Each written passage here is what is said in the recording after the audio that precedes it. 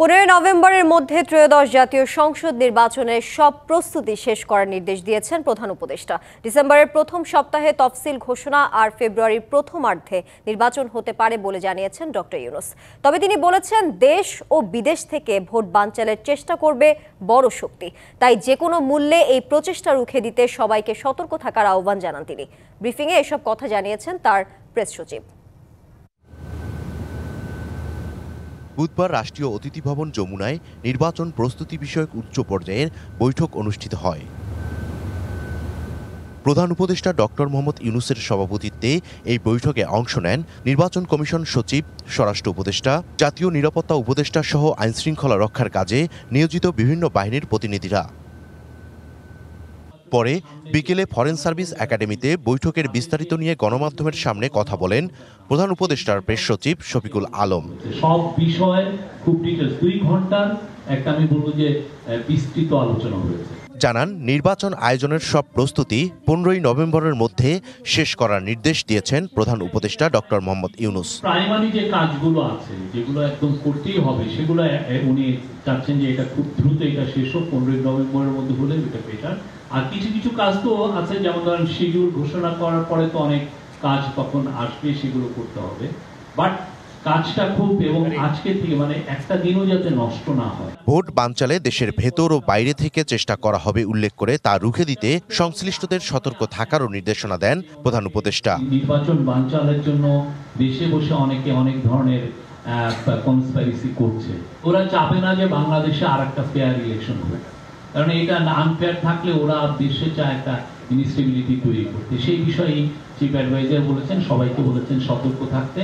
অবশ্যই এটা মনে বলেছেন যে আমাদের লক্ষ্য একটাই, বাংলাদেশের ইতিহাসে সবচেয়ে ভালো একটা ইলেকশন করা। এ সময় জানানো হয়, আগামী 1 নভেম্বর থেকে নির্বাচনকালীন পদায়ন শুরু হবে। তবে এবারের নির্বাচনে গেল 3 নির্বাচনে দায়িত্ব পালন করাদের রাখা হবে না।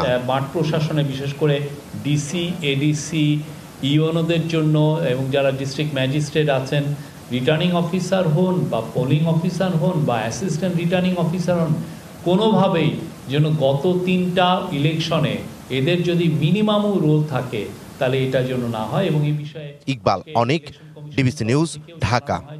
উপদেষ্টারা যাতে নির্বাচনে অংশ না নিতে পারে এমন বিধান করতে ইসির প্রতি আহ্বান জানিয়েছেন গণ অধিকার পরিষদের সভাপতি নুরুল হক নূর। বিকেলে রাজধানীর আগারগাঁওয়ে নির্বাচন কমিশন ভবনে সিইসির সাথে সাক্ষাৎ শেষে এই আহ্বান জানান তিনি। প্রতীক নিয়ে কোনো দল ইসিকে বিতর্কিত করার চেষ্টা করলে ইসির পক্ষে নির্বাচন সুষ্ঠু করা সম্ভব হবে না বলে মন্তব্য করেন নুরুল হক নূর। বলেন, নির্বাচনে সাংবাদিকদের ভোট কেন্দ্রে অবস্থান থাকা দরকার, যাতে কোনো অঘটন না ঘটে।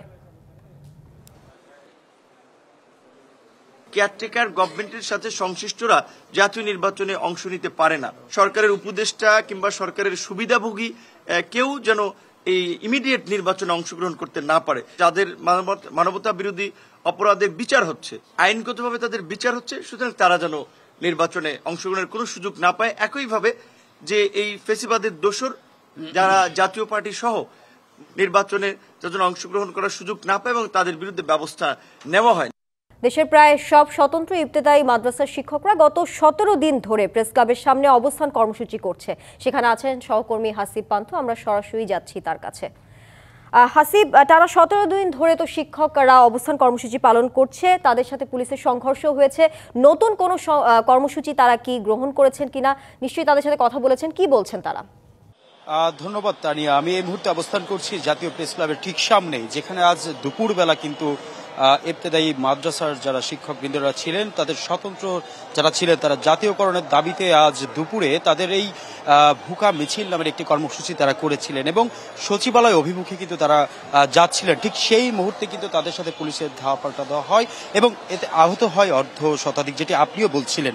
তবে নতুন কর্মসূচির কথা যদি আমি বলি, তাদের সঙ্গে কথা বলেছি, তারা যতটুকু জানাচ্ছিলেন, যেহেতু আজ তাদের এই যে তাদের ওপর তাদের কথা অনুযায়ী যে তাদের উপর যে হামলাটি হয়েছে এবং আক্রমণ হয়েছে তাতে যারা অনেকে আহত হয়ে গিয়েছেন তাদের সুস্থ না হওয়া পর্যন্ত, এমনকি তাদের দাবি আদায় না হওয়া পর্যন্ত কিন্তু তারা আসলে এখান থেকে অবস্থান কর্মসূচি তারা করে যাবে। একটু বলে রাখি, বাংলাদেশ মাদ্রাসা শিক্ষা বোর্ড কর্তৃক স্বীকৃতিপ্রাপ্ত অনুদানভুক্ত অনুদানবিহীন সকল স্বতন্ত্র ইবতেদায়ী মাদ্রাসার গত 28 তারিখে কিন্তু তারা সরকার কর্তৃক পর্যায়ক্রমে জাতীয়করণ ঘোষণার দ্রুত বাস্তবায়নের দাবিতে তাদের এই অবস্থান ধর্মঘটটি শুরু করে। এক পর্যায়ে কিন্তু আজ প্রায় 17 দিন কিন্তু তারা এখানে অবস্থান চলাকালীন সময় তাদের একটি কর্মসূচিতে তাদের এই ঘটনাটি ঘটে যায়। আমি একটু কথা বলবো তানিয়া, যিনি এই আন্দোলনের পুরোপুরি নেতৃত্বে আছেন, এবং আমরা একটু জানতে চাইবো যে আপনাদের দাবি আসলে কোনটি এবং কতদিন আপনারা অবস্থান করবেন। আচ্ছা, ধন্যবাদ আপনাদেরকে এবং যারা দর্শক শ্রোতা দেখতেছেন তাদের পক্ষ থেকে অশেষ কৃতজ্ঞতা আমাদেরকে সাপোর্ট করার জন্য। আপনারা জানেন যে গত 28 জানুয়ারি মাননীয় সরকারের শিক্ষা, মাদ্রাসা ও কারিগরি শিক্ষা বিভাগের সচিব, যুগ্ম সচিব, তিনি শাহবাগ মোড়ে আমাদের গিয়ে সকল নিউজ যে আসছে যে পর্যায়ক্রমে সকল স্বতন্ত্র ইবতেদায়ী মাদ্রাসা জাতীয়করণ করা হবে। তো আমাদের এখন পর্যন্ত এক দফা এক দাবি জাতীয়করণ করতে হবে, প্রাথমিকের নাই। তা না হলে আমরা এখানে, যেহেতু দেখেন যে আমাদের প্রায় 100 শতাধিক শিক্ষক আহত, আমি নিজেও আহত হয়ে হাসপাতালে ছিলাম এই সবে মাত্র। আমরা কথা বলছিলাম রেজাউল তার সঙ্গে, যিনি এই আন্দোলনের পুরো নেতৃত্বের জায়গায় রয়েছেন। আসলে তিনি বলছিলেন এমনটি, তাদের যে দাবিটি রয়েছে যতক্ষণ পর্যন্ত তাদের যে জাতীয়করণ করা হবে ততক্ষণ পর্যন্ত কিন্তু তাদের এই অবস্থান কর্মসূচি চলতে থাকবে। বলে রাখি একটু, আজ কিন্তু সন্ধ্যার দিকে জাতীয় নাগরিক পার্টিও এসেছিলেন, তাদের সঙ্গে একাত্মতা ঘোষণা করে গিয়েছেন। সর্বশেষ জানাচ্ছিলাম তারিয়া জাতীয় প্রেস ক্লাবের সামনে থেকে। হাসিব, আপনাকে ধন্যবাদ যুক্ত থাকার জন্য। ফেব্রুয়ারিতে ত্রয়োদশ জাতীয় সংসদ নির্বাচন, সারা দেশ প্রস্তুত হচ্ছে একটি অবাধ, সুষ্ঠু ও গ্রহণযোগ্য নির্বাচনের জন্য। কি ভাবছেন সাধারণ মানুষ থেকে শুরু করে আগামীর জনপ্রতিনিধিরা, সে কথা জানাতে ডিবিসি নিউজে ইলেকশন এক্সপ্রেস ছুটে যাচ্ছে সব সংসদীয় আসনে। এখন রয়েছে সংসদীয় আসন 84, ঝিনাইদহ 4-এ। CSRM ডিবিসি ইলেকশন এক্সপ্রেস, আজ আমরা রয়েছি ঝিনাইদহ 4 সংসদীয় আসন 84। আজ আমরা সারাদিনই ছিলাম 3 এবং এখন রয়েছে 4 আসনে। আমরা কথা বলেছি এখানকার যারা মনোনয়ন প্রত্যাশী বিভিন্ন রাজনৈতিক দলে তাদের সঙ্গে। আমাদের সঙ্গে এই মুহূর্তে যুক্ত আছেন কালীগঞ্জ উপজেলা জামাতের নায়েবে আমির মাওলানা আবু তালিব। স্বাগতম আমাদের CSRM ডিবিসি ইলেকশন এক্সপ্রেসে। আপনারা তো ইতিমধ্যেই বিভিন্ন গণসংযোগ শুরু করেছেন আপনাদের উপজেলায়, আপনাদের যে সংসদীয় আসন রয়েছে। কেমন সাড়া পাচ্ছেন, পাশাপাশি ভোটাররা কি বলছে, আপনারা কি প্রতিশ্রুতি দিচ্ছেন? বিসমিল্লাহির রহমানির রহিম।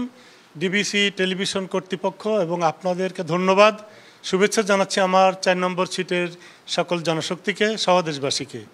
আমরা আমাদের সাংগঠনিকভাবে যখন এই মনোনয়নের ঘোষণা দেওয়ার পরে আমরা বিভিন্ন শ্রেণী পেশার মানুষের সাথে যোগাযোগ রাখছি এবং প্রতিনিয়ত যোগাযোগ করছি।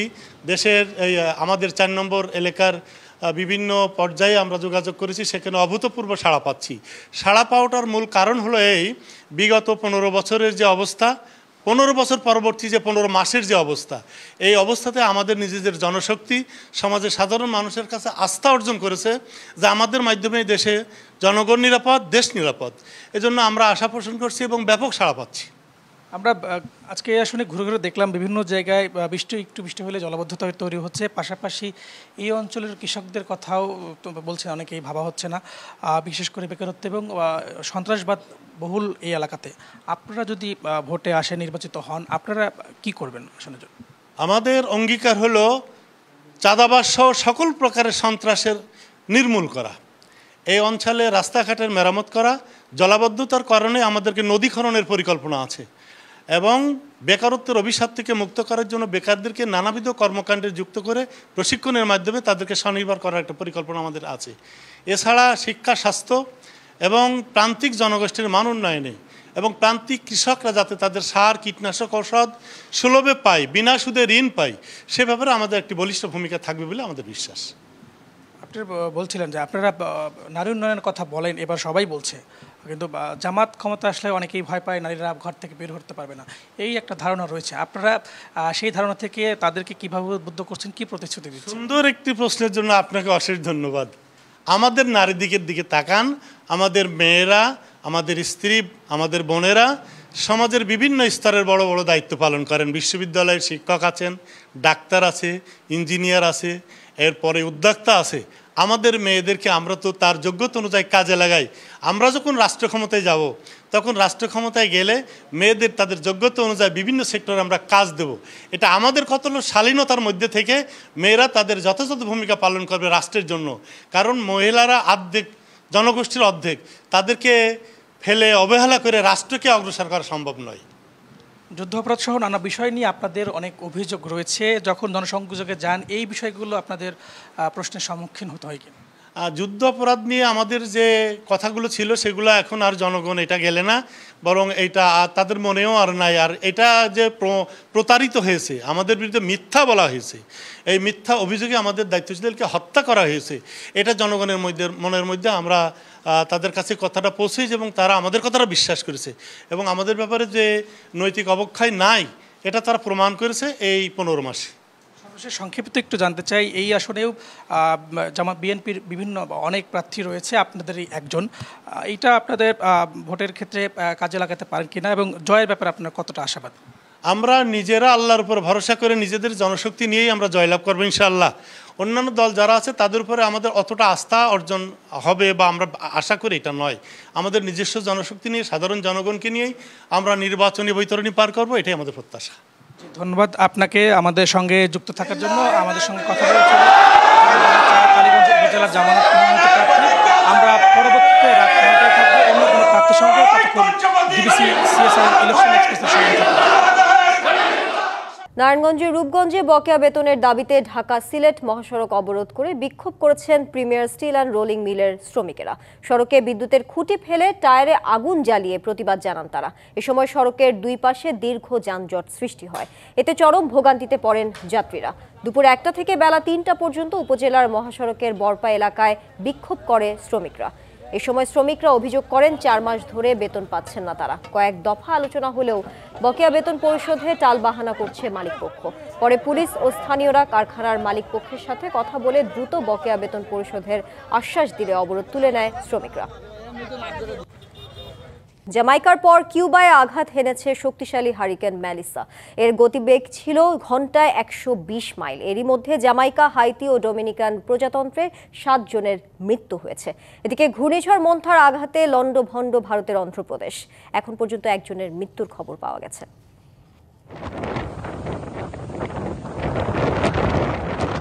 শক্তিশালী হারিকেন মেলিসা জ্যামাইকায় তাণ্ডব চালিয়ে ছুটছে কিউবার দিকে। বাতাসের বেগ ঘন্টায় প্রায় 200 কিলোমিটার। টানা বৃষ্টি আর জলোচ্ছ্বাসে এরই মধ্যে তলিয়ে গেছে শহর গ্রাম। হাজারো মানুষ এখন আশ্রয় কেন্দ্রে। যুক্তরাষ্ট্রের ন্যাশনাল হ্যারিকেন সেন্টার জানিয়েছে মেলিসা এখন শক্তিশালী ঘূর্ণিঝড়ে পরিণত হয়েছে।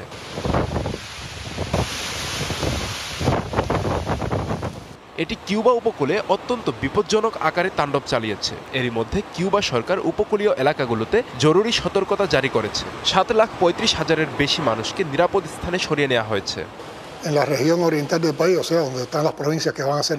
ঘূর্ণিঝড়টি যে গতিতে এগিয়ে আসছে তাতে প্রস্তুতি রাখা খুবই জরুরি। এটি মোকাবেলায় বিভিন্ন এলাকায় সেনা মোতায়েন করা হয়েছে। পরিস্থিতি সামাল দেয়া আমাদের জন্য খুব কঠিন হবে, কিন্তু আমরা আবার ঘুরে দাঁড়াবো।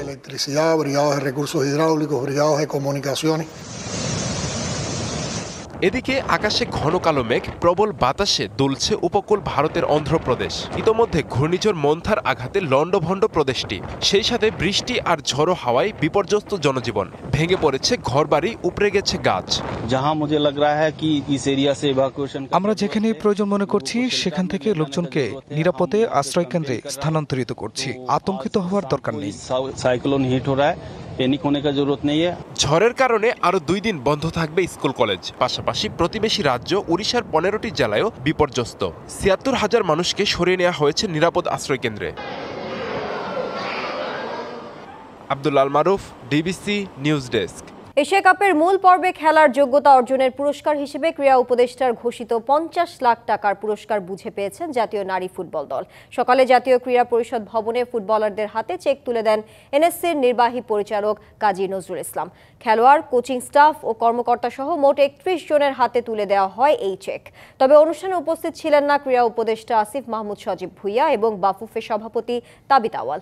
একই অনুষ্ঠানে এশিয়া কাপে ব্রোঞ্জ জয়ী অনূর্ধ্ব 18 নারী হকি দলকে 21 লাখ টাকার চেক প্রদান করা হয়। প্রধান উপদেষ্টার কাছে ৮ খণ্ডের প্রতিবেদন হস্তান্তর করেছে জাতীয় ঐকমত্য কমিশনের সদস্যরা। এ প্রতিবেদনে ঐকমত্য কমিশনের সুপারিশ, সভা ও কার্য বিবরণীর বিস্তারিত রয়েছে। এ সময় সাধারণ মানুষ, স্কুল কলেজের শিক্ষার্থী সহ অন্যান্যদের সুবিধার্থে প্রতিবেদনটি সহজবোধ্য করে বই আকারে প্রকাশের আহ্বান জানান প্রধান উপদেষ্টা ডক্টর মোহাম্মদ ইউনূস। বইটি ইংরেজি ও বাংলা ভাষায় প্রকাশের আহ্বান জানিয়ে প্রধান উপদেষ্টা বলেন, ভবিষ্যতে বইটি যেন শিক্ষার্থীদের জন্য অবশ্য পাঠ্য হয় সেটিও বিবেচনায় রাখতে হবে। এর আগে মঙ্গলবার ঐকমত্য কমিশন সরকারের কাছে জুলাই সনদ বাস্তবায়নের সুপারিশ হস্তান্তর করে।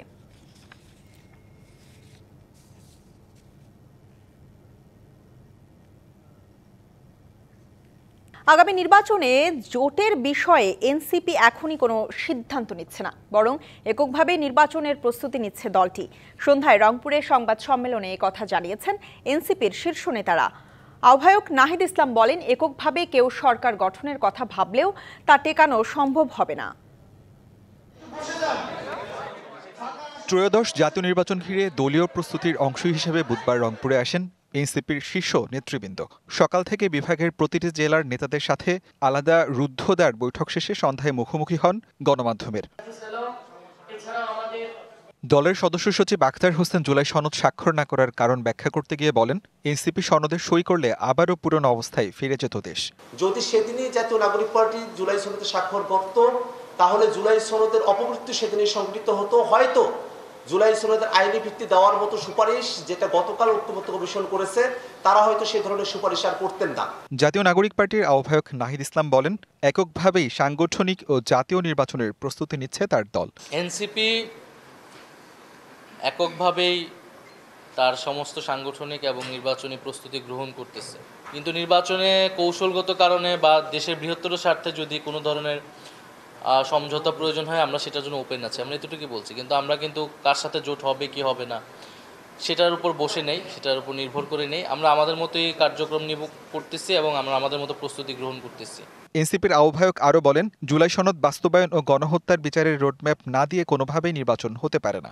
যে জুলাই গণহত্যার বিচার, এই বিচারের একটা রোডম্যাপ সরকারকে অবশ্যই নির্বাচনের আগে দিতে হবে এবং ফেব্রুয়ারিতে নির্বাচন হতে হলে আসলে এই বিষয়গুলো দ্রুতই সমাধানের দিকে যেতে হবে। সংবাদ সম্মেলনে উত্তরের আঞ্চলিক বৈষম্য নিরসনে তিস্তা মহাপরিকল্পনা বাস্তবায়নে এনসিপির পূর্ণ সমর্থনের কথা জানান শীর্ষ নেতারা।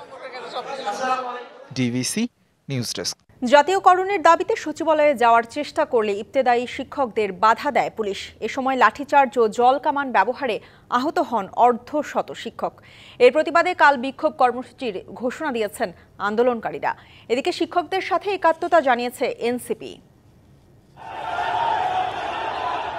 জাতীয় প্রেস ক্লাবের সামনে টানা 17 দিন অবস্থানের পর বুধবার সচিবালয়ের দিকে যাত্রা শুরু করে ইবতেদায়ী মাদ্রাসার শিক্ষকরা। উদ্দেশ্য, শিক্ষা উপদেষ্টার সাথে সাক্ষাৎ। দুপুর 2:30টার দিকে মিছিলটি প্রেস ক্লাব থেকে সচিবালয়ের দিকে যাওয়ার চেষ্টা করলে বাধা দেয় পুলিশ। তাদের ছত্রভঙ্গ করতে ছোড়া হয় কাঁদানে গ্যাস। লাঠিচার্জের পাশাপাশি জল কামান ব্যবহারে আহত হন অর্ধশত শিক্ষক। শান্তিপূর্ণ মিছিল নিয়ে আসতেছিলাম, হঠাৎ পুলিশ অতর্কিতভাবে হামলা করে। শিক্ষককে পেটানো এটা কোনো ভালো কাজ না। শিক্ষকরা জানান, কয়েক মাস আগে সরকার মাদ্রাসাগুলোকে জাতীয়করণের প্রতিশ্রুতি দিলেও অগ্রগতি নেই। বাধ্য হয়ে আন্দোলনে নেমেছে তারা। সরকার বলছে পর্যায়ক্রমে জাতীয়করণ করা হবে, কিন্তু অদ্যবধি পর্যন্ত মীমাংসিত বিষয়টি আবার বাস্তবায়নের জন্য শিক্ষকরা 17 দিন যাবৎ এখানে আন্দোলন করতেছে, কিন্তু সরকারের পক্ষ থেকে কোনো একজন উপদেষ্টা বলেন বা সচিব বলেন এখানে এসে শিক্ষকদের সান্ত্বনা দেয় নাই। এদিকে সন্ধ্যায় আন্দোলনকারীদের সাথে একাগ্রতা জানান এনসিপির একটি প্রতিনিধি দল। হামলা জড়িত পুলিশ সদস্যদের শনাক্তের পাশাপাশি শিক্ষকদের দাবি বাস্তবায়নের আহ্বান জানান তারা। আজকে আপনাদের যে উপরে যে হামলা হয়েছে, সেই হামলার নির্দেশ কোত্থেকে আসছে, কার নির্দেশে আজকে হামলা হয়েছে, এগুলো তো তদন্ত করার প্রয়োজন। শুধুমাত্র আমরা নির্ণয় আনলাম, আপনাদের দাবি আদায় হলো, এই পর্যন্ত না, এইভাবে তো রাষ্ট্র চলতে পারে না। এদিকে বৃহস্পতিবার নতুন কর্মসূচির ঘোষণা দিয়েছে আন্দোলনকারীরা। এই হামলা এবং লাঠিচার্জের প্রতিবাদে আগামীকাল বিক্ষোভ মিছিল হবে। এই জাতীয় প্রেস ক্লাব থেকে হাইকোর্টের সামন দিয়ে প্রেস ক্লাব পল্টন পর্যন্ত প্রতিবাদে বিক্ষোভ মিছিল হবে। দাবি আদায় না হওয়া পর্যন্ত আন্দোলন চালিয়ে যাওয়ার কথা বলেছেন ইবতেদায়ী মাদ্রাসার শিক্ষকরা। তুষার আহমেদ, ডিবিসি নিউজ, ঢাকা। ফেব্রুয়ারিতে ত্রয়োদশ জাতীয় সংসদ নির্বাচন। সারা দেশ প্রস্তুত হচ্ছে একটি অবাধ, সুষ্ঠু ও গ্রহণযোগ্য নির্বাচনের জন্য। কি ভাবছেন সাধারণ মানুষ থেকে শুরু করে আগামীর জনপ্রতিনিধিরা, সে কথা জানাতে ডিবিসি নিউজের ইলেকশন এক্সপ্রেস ছুটে যাচ্ছে সব সংসদীয় আসনে। এখন রয়েছে সংসদীয় আসন 84 ঝিনাইদহ 4-এ।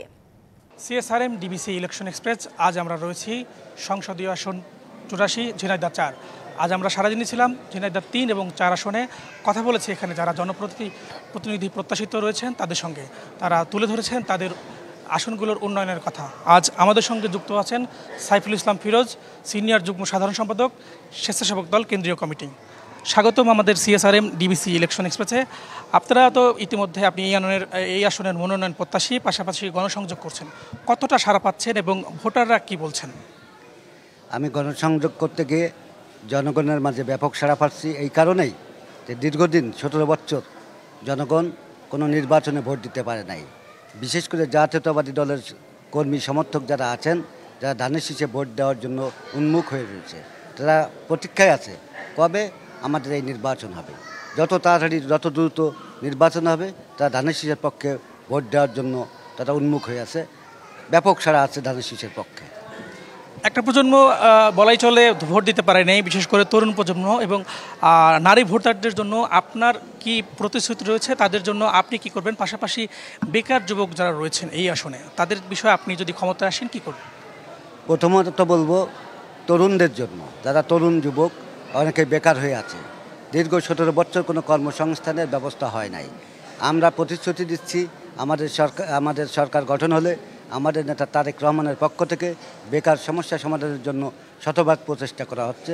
এবং শুধু বেকার সমস্যার সমাধানই নয়, তাদেরকে চাকরি বাকরির ব্যবস্থা এবং বিভিন্ন উৎপাদনমুখী যে কাজগুলো আছে, কর্মক্ষেত্রগুলো আছে, সেই জায়গাগুলোই আমাদের নেতা তারেক রহমানের নির্দেশে আমরা জনগণকে প্রতিশ্রুতি দিচ্ছি, বিএনপি ক্ষমতায় আসলে আমরা সেই ব্যবস্থাগুলো করব।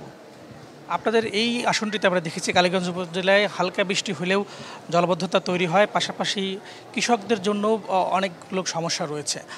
সেই বিষয়ে কী ভাবছেন? পাশাপাশি উন্নত চিকিৎসার জন্যও তাদেরকে বিভিন্ন জায়গায় যে চিকিৎসা করাতে হয়। আপনি যদি ক্ষমতায় আসেন, আপনি এই বিষয়গুলোতে কী ব্যবস্থা নেবেন?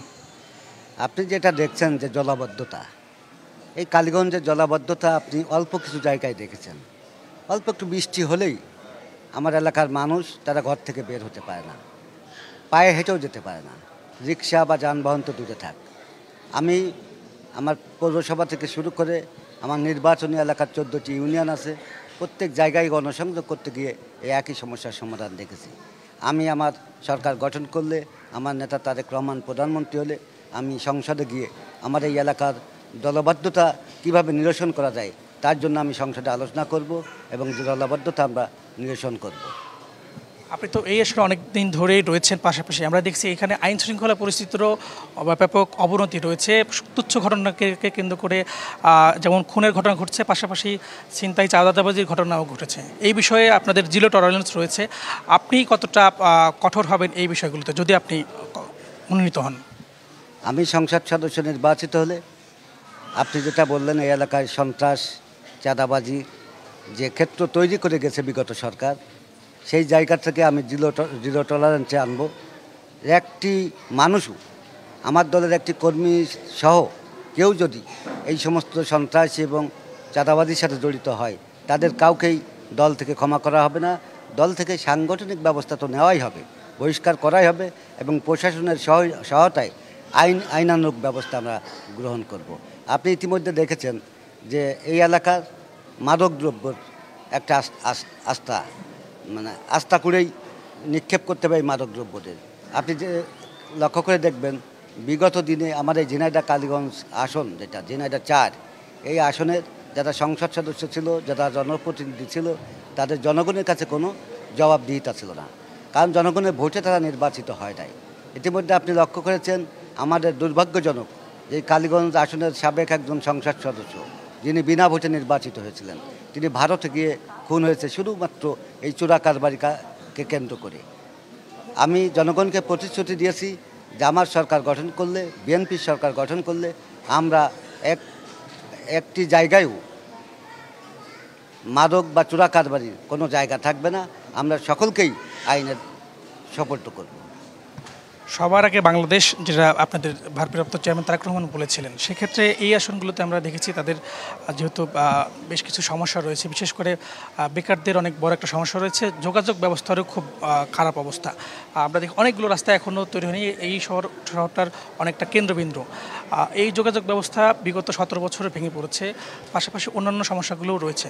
ভোটারদের দ্বারা আপনার কাছে আলাদাভাবে কোনো প্রতিশ্রুতি আছে কিনা? নারী ভোটার যারা রয়েছে তাদের বিষয়ে আপনার মতামত? বিশেষ করে যে যোগাযোগ ব্যবস্থার কথা বললেন, এই যে ভোট চাই থেকে বিভিন্ন জায়গায়, সেই আমাদের সরকার 91-96 সালে থাকতে যে রাস্তাঘাট বিভিন্ন জায়গায় কাঁচা রাস্তাকে পাকা করা হয়েছিল। 2001 সাল থেকে যখন আমরা ক্ষমতায় ছিলাম, বিএনপি ক্ষমতায় ছিল, তখন এগুলো সংস্কার করা হয়েছে। কিন্তু এই 17 বছরে হাজার হাজার কোটি টাকা স্যাংশন করা হয়েছে সরকারের পক্ষ থেকে, কিন্তু কোনো উন্নয়ন হয় নাই। এই টাকাগুলো বিগত সরকারের জনপ্রতিনিধিরা তছরূপ করেছে। আর নারী ভোটারদের কথা বলছেন, এই যে আমার সামনে এখানে যারা বসে আছে দেখছেন, এই গ্রামের মানুষ, এখানে আমার মা বোনেরা আছেন, তাদের সন্তানেরা আজকে মাদকের কবলে পড়ে তাদের সন্তানরা নষ্ট হয়ে যাচ্ছে, লেখাপড়া শেখাতে পারছে না। আমরা নারী ভোটারদেরকে শিক্ষা ব্যবস্থা সুনিশ্চিত করার জন্য, বিশেষ করে আমাদের মেয়েদের ছেলেদেরকে লেখাপড়া নিশ্চিত করার জন্য আমরা স্কুল কলেজে আমাদের সরকারের পক্ষ থেকে যে ডিগ্রি পর্যন্ত অবৈতনিক শিক্ষা ব্যবস্থা চালু করবে, আমরা সেই প্রতিশ্রুতি তাদেরকে দিচ্ছি। এবং বিশেষ করে নারীদেরকে বেকার সমস্যা যাতে না থাকে, তাদের কর্মসংস্থানের ব্যবস্থা আমরা আমাদের সরকার আসলে, বিএনপি সরকার গঠন করলে, আমাদের নেতা তারেক রহমান প্রধানমন্ত্রী হলে আমরা সেই ব্যবস্থা করব নারীদের। সর্বশেষ প্রশ্ন করি, এই আসনে বিএনপি ছাড়া অন্যান্য সবারই একক প্রার্থী ঘোষণা করা হয়েছে, আপনি ছাড়া বিএনপিতে অনেক প্রত্যাশী রয়েছেন। সেক্ষেত্রে যদি দল আপনাকে মনোনয়ন না দেয়, নির্বাচনে জয়ী হওয়ার বিষয়ে, অন্যান্য প্রার্থীকে বিজয়ের বিষয়ে আপনি কি করবেন? আমি একটি রাজনৈতিক কর্মী। আমি ছাত্রদল থেকে মাঠ পর্যায় থেকে এই পর্যন্ত এসেছি। বিগত 18 সালে নির্বাচনে আমাকে নমিশন দেওয়া হয়েছিল। আগামী অল্প কিছু দিনের ভিতরেই হয়তো আবার নির্বাচন হবে, দল মনোনয়ন দিবে। আমি পরিষ্কারভাবে বলি যে আমাকে নমিশন দেওয়া না হলেও যাকেই দেওয়া হোক, আমি এবং আমার সাথে যারা রাজনৈতিক কর্মী আছে তাদেরকে নিয়ে তাকেই বিজয় করার জন্য কাজ করে যাব। কারণ দলের প্রতি আমার আনুগত্য শতভাগ। আমাকেই নির্বাচনে প্রার্থী করতে হবে এমন না। আমার নেতা তারেক রহমান যাকে প্রার্থী করে আমার এখানে পাঠাবেন এই ঝিনাইদহ 4 আসনে, আমি তাকে জয়লাভ করার জন্য আমার সর্বোচ্চ বিলিয়ে দিয়ে হলেও আমি চেষ্টা করব। জি, ধন্যবাদ আপনাকে আমাদের সিএসআরএম ডিবিসি ইলেকশন এক্সপ্রেসে যুক্ত থাকার জন্য। আমাদের সঙ্গে যোগ দিয়েছিলেন সাইফুল ইসলাম ফিরোজ, তিনি বিএনপির প্রত্যাশী। তিনি জানাচ্ছিলেন তার এলাকার তার যে আসন রয়েছে সেই আসনের উন্নয়নের কথা জানাচ্ছিলেন, এবং তিনি যদি দল থেকে মনোনয়ন না পাও তাহলেও তিনি কাজ করবেন বলে প্রত্যাশা জানিয়েছেন। আজ আমরা সারাদিন ছিলাম ঝিনাইদহ 3 এবং 4 আসনে। আগামীকাল আমরা থাকবো যশোর 1 এবং 2 আসনে। ডিবিসি ইলেকশন এক্সপ্রেসের সঙ্গে থাকুন। সাভারের আশুলিয়া থেকে সনাদ সুজিবা নামে এক শ্রীলঙ্কান নাগরিকের ঝুলন্ত মরদেহ উদ্ধার করেছে পুলিশ। বিকেলে নবীনগরের একটি আবাসিক এলাকার ভাড়া ফ্ল্যাটে পাওয়া যায় তার মরদেহ। তিনি ডিইপিজেডের একটি কারখানায় কর্মরত ছিলেন। পুলিশ জানায় বিকেলে ফোনে না পেয়ে সুজিবার ফ্ল্যাটে যায় তার বন্ধুরা। সেখানে তার ঝুলন্ত মরদেহ দেখে খবর দিলে পুলিশ মরদেহ উদ্ধার করে। তিনি আত্মহত্যা করেছেন বলে ধারণা পুলিশের। ময়নাতদন্তের প্রতিবেদন পেলে আইনি ব্যবস্থা নেওয়া হবে। এনসিএল টি20 চলাকালীন খুদে বার্তায় যুক্তরাজ্য থেকে ফিক্সিংয়ের প্রস্তাব পেয়েছিলেন বরিশালের মঈন খান। যদিও বিষয়টি সাথে সাথে জানানোর পর তদন্ত শুরু করেছে বিসিবির অ্যান্টি কারাপশন ইউনিট। ডিবিসি নিউজকে নিশ্চিত করেছেন এই ক্রিকেটার। দিকে একটা ইউকে নাম্বার থেকে মেসেজ আসছে, তো ইউকে আমার কেউই থাকে না। হ্যাঁ, হোয়াটসঅ্যাপে আমার কাছে মনে হয়েছে যে এখন যেহেতু টি20 খেলা চলে, হঠাৎ করে এরকম আননোন নাম্বার থেকে মেসেজ আসছে। ওই মেসেজটা আসার কারণে আমি ওইটা আমার সাথে সাথে আমার ম্যানেজারের মাধ্যমে আমি আকুলকে জানাই দিয়েছি।